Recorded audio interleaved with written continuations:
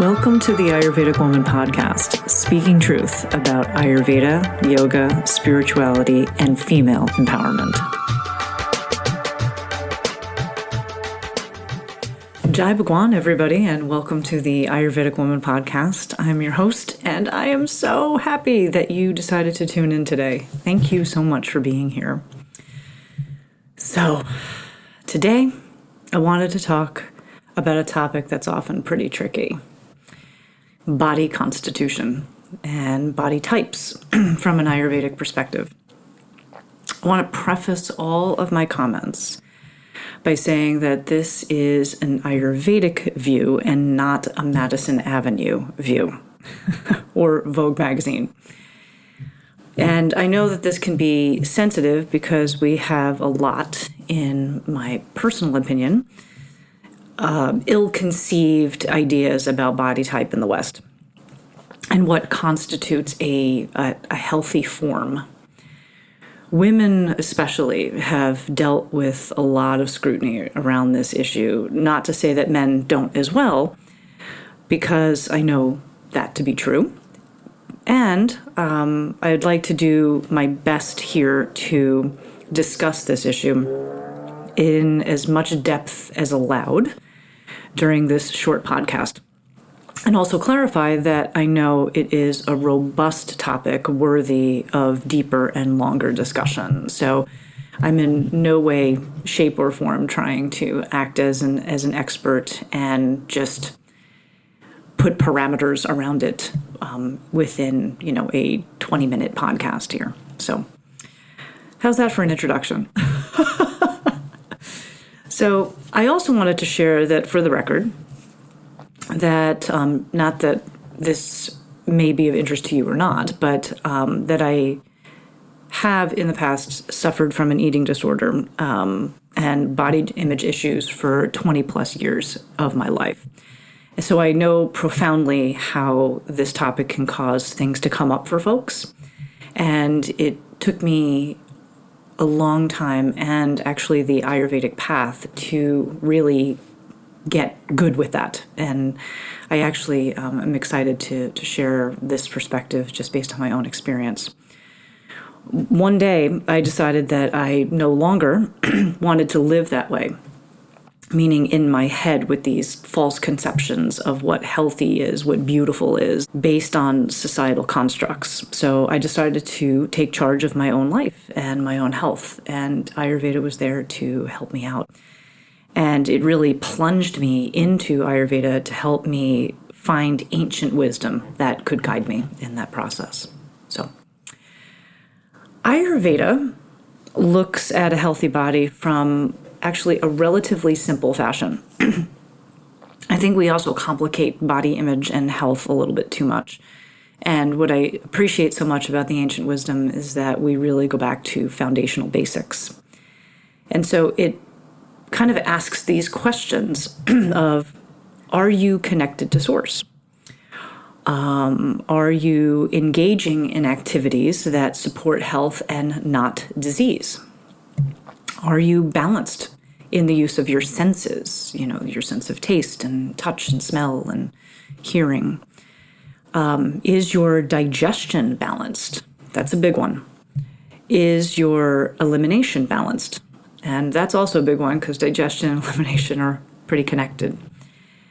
Is your ojas balanced, meaning your mojo, your vitality, your immune system? And is ama, or toxicity, in your body high, or is it balanced? So Ayurveda does not ask the question, are you X size in your clothing or have X color hair? Let's be very clear about that. Those questions are, in my opinion, marketing questions. And this is where the Madison Avenue piece comes in. So in Ayurveda, there are a combination of various constitutions or body types based on the doshas. And so for the purposes of this podcast, I'm going to keep it very simple and review the physical gross body profiles or kind of doshic standards for each, so it's clear what what you are understanding and what is considered an Ayurvedic perspective on body type. As I've said in previous podcasts, each of the doshas exist inside of us. So it's not that you are just purely Vata or purely Kapha and you don't have any Pitta or any of the above. So they all exist inside of us. So it's not that anything is non-existent.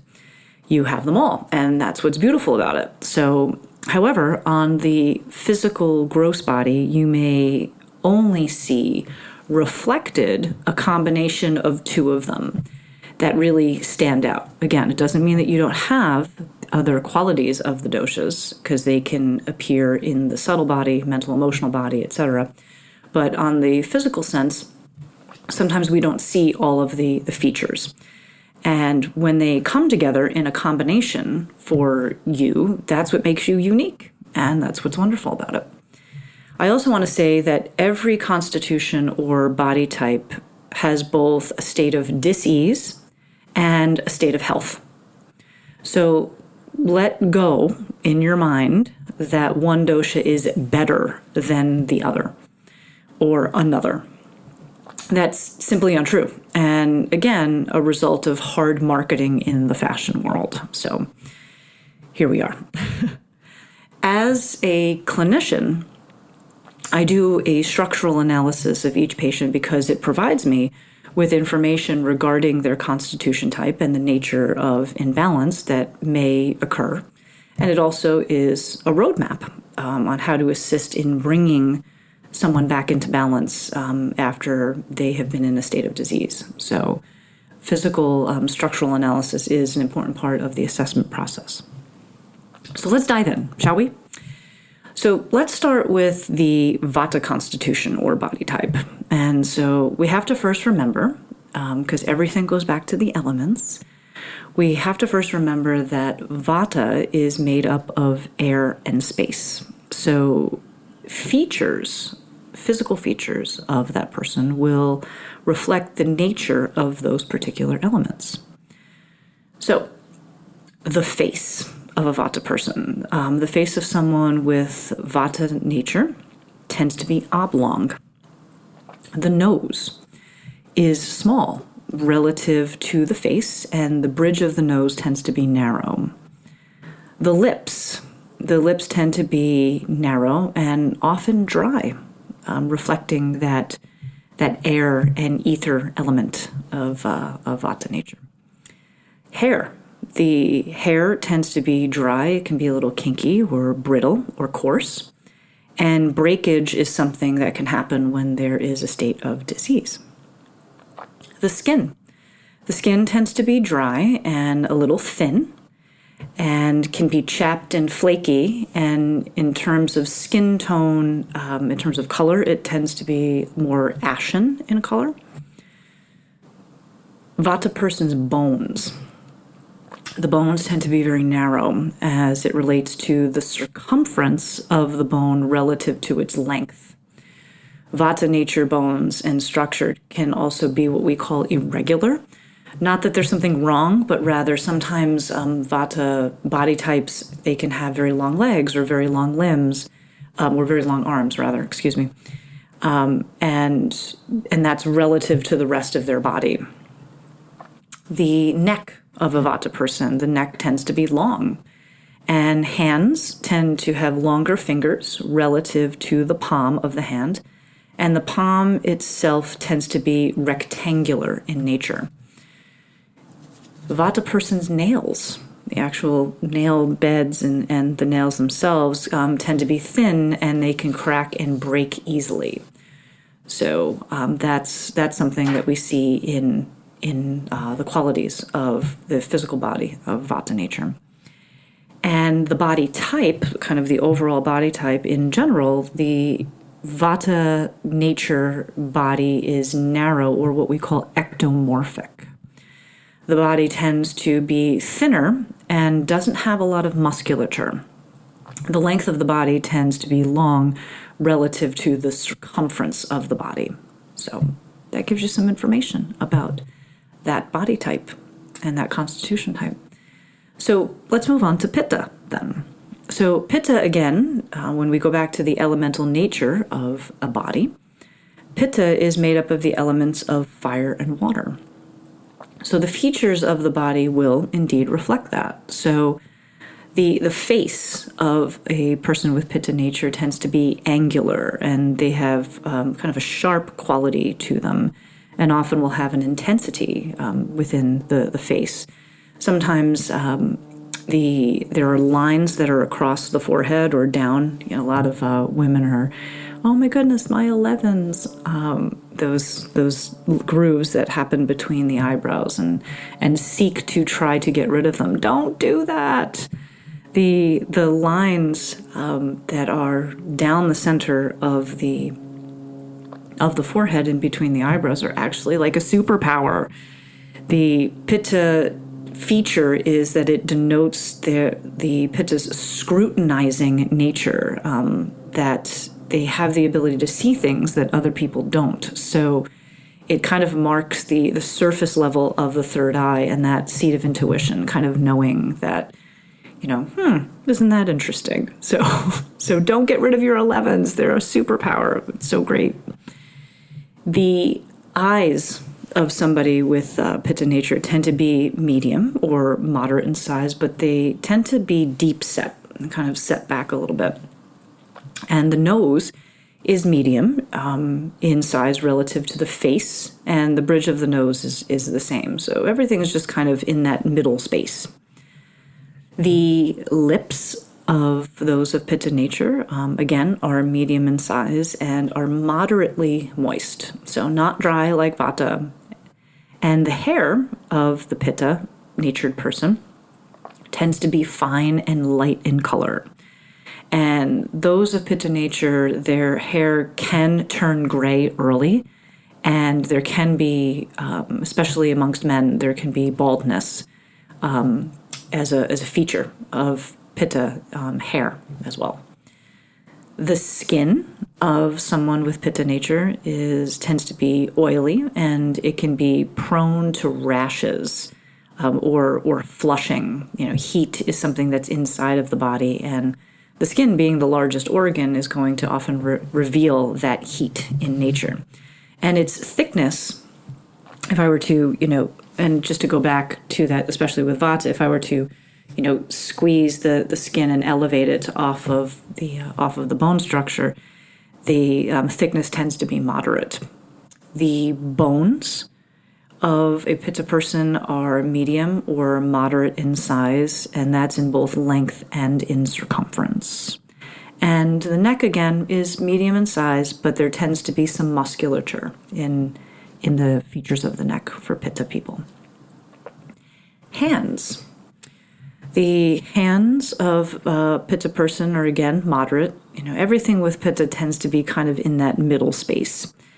And the fingers tend to match the size of the palm based on the measurement of the middle finger. So if I were to measure my middle finger from my opposite hand with index and thumb, and then I could line that up in the middle of the palm, and it's pretty much, equal in size.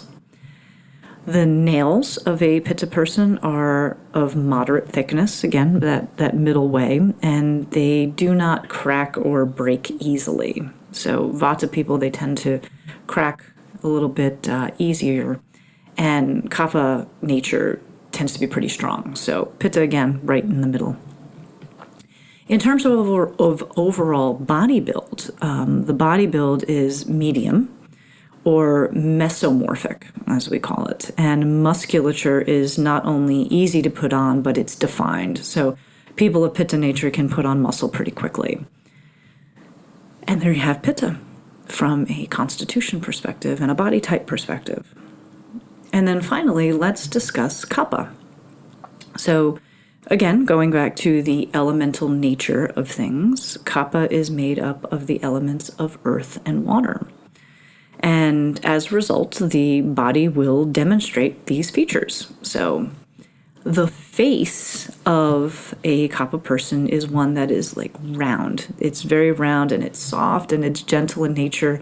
And what I love about Kapha faces is that they're always so like bright and beaming with beauty, and they light up the room with like a beautiful smile. I have a current student right now who has a Kapha phase, and every time I see her, I just smile because she is adorable, and the face is just so lit up and pleasant.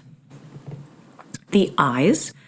Kapha eyes are large, and they have a quality of this luxuriousness, as well as calm and serenity. They draw you in. You're like, wow, they're big and beautiful. And they have also this sense of soothing calm that really makes you smile. The nose of Kapha body type is larger relative to the face, and the bridge of the nose is the same. And their lips are naturally full and soft, and they are their smile, again, just lights up the room, and so the lips reflect that as well. Hair for a Kapha person is naturally full and wavy and luxurious, and it can be a little coarse in terms of its texture, but it's observed as like thick, beautiful hair, the hair that I will never have in my life, but often, just thick and luxurious. The skin of a Kapha person is moist, and it's thick and it's soft. So again, if you were to pick up skin off of somebody's bone from their hand, you could feel that the richness to it. The bones of a Kapha person are thick, and they are the sturdiest of all the body types, and they tend to be shorter with a wider circumference around.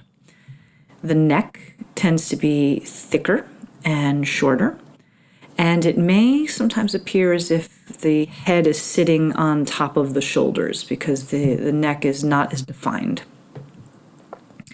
Hands. The hands tend to be short and wide, and fingers are exactly like that, and the palm tends to be a little bit fleshy. You can feel that beautiful thickness of the skin and that sturdiness in the palm. The nails tend to be thick and very strong, so breakage is not an easy thing, and they tend to be much more sturdy in nature in the long run. They can also not necessarily grow as fast, but they are definitely stronger and keep their shape longer. Body build.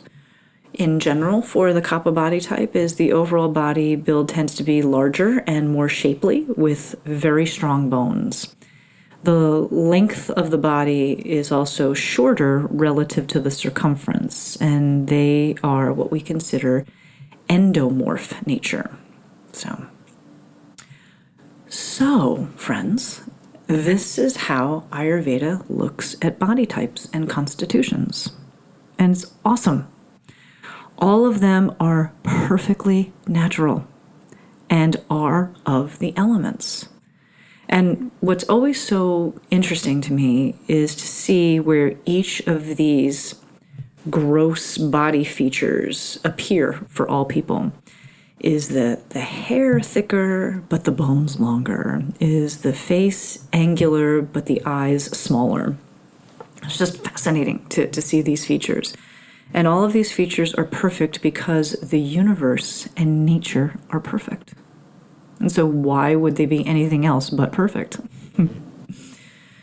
The bottom line is also, how do these features show up relative to our overall health vis-a-vis digestion, elimination, ama, and ojas, as I spoke about earlier? So true health in Ayurveda is based on whether or not these aspects of elimination and digestion and ama and ojas, whether these aspects of one's health can function freely and without obstruction in a balanced fashion with the gross body type that it has. As women and men in this world, we tend to get hung up on the physical features of a person and then create this is good and this is bad list in our minds, which right away contributes to the state of disease. And rather, we should, however, be asking ourselves instead, is the overall body structure supporting a healthy system? If a person of Vata body type has too much air and space, or air and ether, rather, in the body, it can cause emaciation, which will put the digestion, elimination, ojas, and ama in states that do not support the person's health. If a Pitta body type has too much fire in the body, it can cause inflammation and have a different effect on the functioning of digestion and elimination and ojas and ama and all of that. If a person of Kapha body type carries excess earth and water, excess weight, it will result in too much weight and fluid retention, and thus have a different effect on those systems. All body types are healthy, and they also have the potential to be unhealthy. So it's not about, well, this body type is better than another. Rather, is the body type in balance? And remember, we have all of the constitutions, all of these doshas, all of these types inside of us. So we are not immune from the effects the others have on us, regardless of the physical structure. We have to keep our Vata and Pitta and Kapha in balance. It's just how it is. Each of the body types and the subsequent combinations thereof are important and valuable. The fact that perhaps only some features of some body types have been highlighted in our culture is more about the ideas behind marketing and getting us to buy stuff in a consumer culture than actual health. So I just want to be very clear about that. And equally important is not to, one of my colleagues brought this kind of comment to my attention, which I really appreciate. It's important to not dosha shame based on a body type constitution. We tend to want to develop kind of camps in our culture. I am of this camp, and therefore I am not part of that camp. And yuck. A Vata body type constitution is just as beautiful and valuable as that of Pitta and Kapha, and vice versa. And we should be just as motivating and just as excited about this, regardless of the body type across the board. We have to move away from image and look at deep health. One of the things I have learned actually by training Krav Maga is do not underestimate any body constitution type. When you think you know the abilities of a person physically based on what you see, you will be humbled very quickly. I have been equally thrown around by people half my size in physical structure, and I have done the same to folks that might be bigger than me in structure.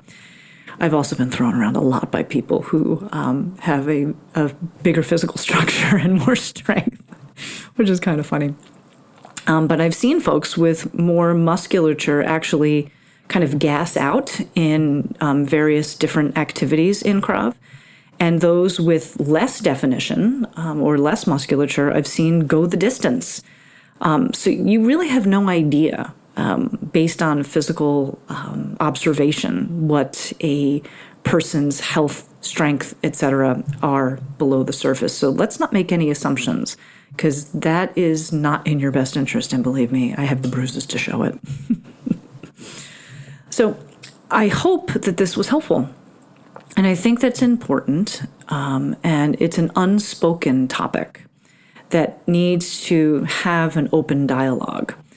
Because remember, it's all about health, and we have to change how we see things in order to get to a state of absolute health and wellness. Because all of this, states of ease or dis-ease start in the mind. So when we have perceptions about what we think is good, what we think is bad, what we think is healthy, what we think is unhealthy, what we think is attractive, what we think is unattractive, that starts in the mind, and immediately we start getting into states of disease. So, there you go. Thank you so much, everybody. I really appreciate this dialogue, and Jai Bhagwan. And as always, may your soul be victorious.